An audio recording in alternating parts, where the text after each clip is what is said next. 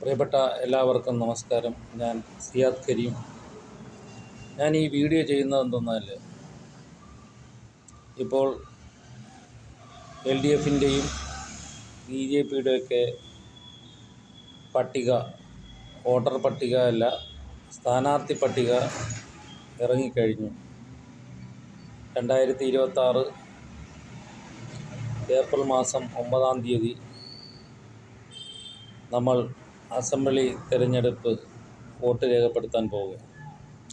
ഈ പട്ടിക ഒന്ന് പരിശോധിക്കാൻ, ഇനി കോൺഗ്രസിൻ്റെ പട്ടിക ഇറങ്ങാനുണ്ട്.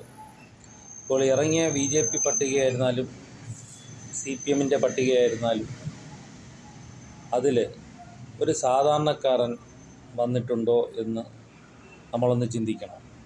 കാരണം സാമ്പത്തികമുള്ളവർക്ക് മാത്രം നിയമസഭയിലേക്ക് മത്സരിക്കാൻ അവസരം കൊടുക്കുന്ന പാർട്ടികളായി BJPക്കാരൻ്റെ പാർട്ടിയും, ഇവിടെ തൊഴിലാളി വർഗ പ്രസ്ഥാനത്തിൻ്റെ പാർട്ടി എന്ന് പറയുന്ന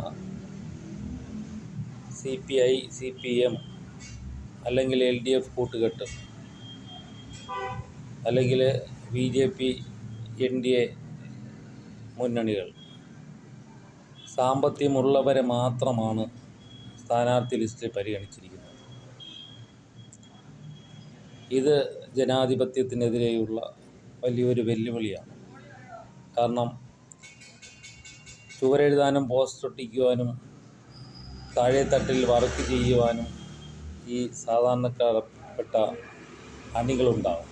പക്ഷേ ഒരു സാധാരണക്കാരനെ ഒരു സ്ഥാനാർത്ഥിയാക്കുവാൻ ആത്മാർത്ഥമായി പരിശ്രമിക്കുന്ന, പണി ചെയ്യുന്ന, പാർട്ടിക്ക് വേണ്ടി ജീവിക്കുന്ന ഒരു വ്യക്തിയെപ്പോലും ഈ സ്ഥാനാർത്ഥി ലിസ്റ്റിൽ കാണുന്നില്ല എന്നത് തന്നെയാണ് ദുഃഖകരമായിട്ടുള്ള, ജനാധിപത്യത്തിനെ വെല്ലുവിളിക്കുന്ന, ജനാധിപത്യത്തിനെ കശാപ്പ് ചെയ്യുന്ന ഒരു വ്യവസ്ഥയായി മാറിക്കൊണ്ടിരിക്കുകയാണ്. ഇനി ഈ നേതാക്കന്മാർ ഏതെങ്കിലും മുതലാളിമാരുടെ നോമിനികളായിരിക്കും. പാവങ്ങളുടെ പടത്തലവനെന്ന് പറഞ്ഞുകൊണ്ട് മുതലാളിമാരുടെ നോമിനിയായി ഇവർ MLA ആയോ നിയമസഭയിൽ എത്തിക്കഴിഞ്ഞാൽ മുതലാളിമാരെ സംരക്ഷിക്കുവാൻ വേണ്ടിയാണ് ഈ ഭരണകൂടം നിലകൊള്ളുന്നത്. ഇത് ജനങ്ങൾ തിരിച്ചറിയണം.